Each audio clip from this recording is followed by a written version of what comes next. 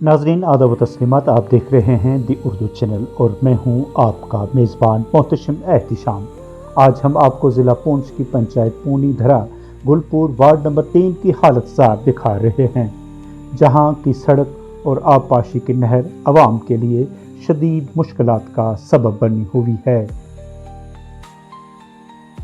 मुकामी शहरियों के मुताबिक इस इलाके में आबपाशी की नहर इंतहाई खस्ता हाली का शिकार है, जिसके बायस सारा पानी सड़क पर बह रहा है। इस मुसलसल पानी के बहाव ने सड़क को भी तबाही के दहाने पर पहुंचा दिया है।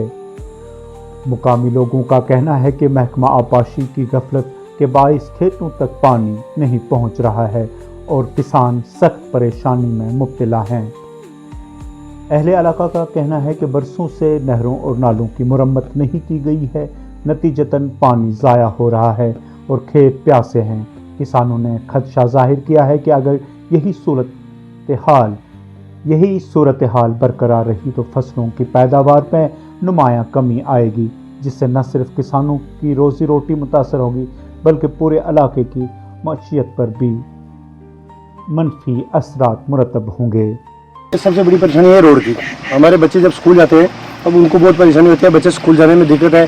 आप खुद देख सकते हो यहाँ पे पानी है, पानी की जब माँ बाप घर पे हो तो उसको उठा के कंधे पे छोड़ देता है देरी तक। अगर वो ना घर पे नहीं है, माँ बाप नहीं है, तो बच्चे उसमें स्कूल एब्सेंट रहेंगे।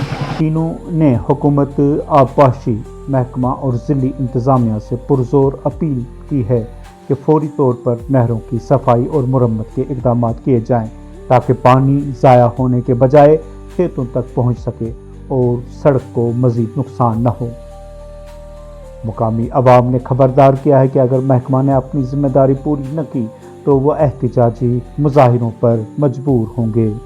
इलाका के मकीनों ने ज़िला तरक्याती कमिश्नर पूंछ से अपील की है कि वो ज़ाती तौर पर इलाके का दौरा करें और अवाम के मसाइल का फौरी हल निकालें, खुसूसन सड़क की मुरम्मत और किसानों को पानी की बरवक्त फराहमी यकीनी बनाएं।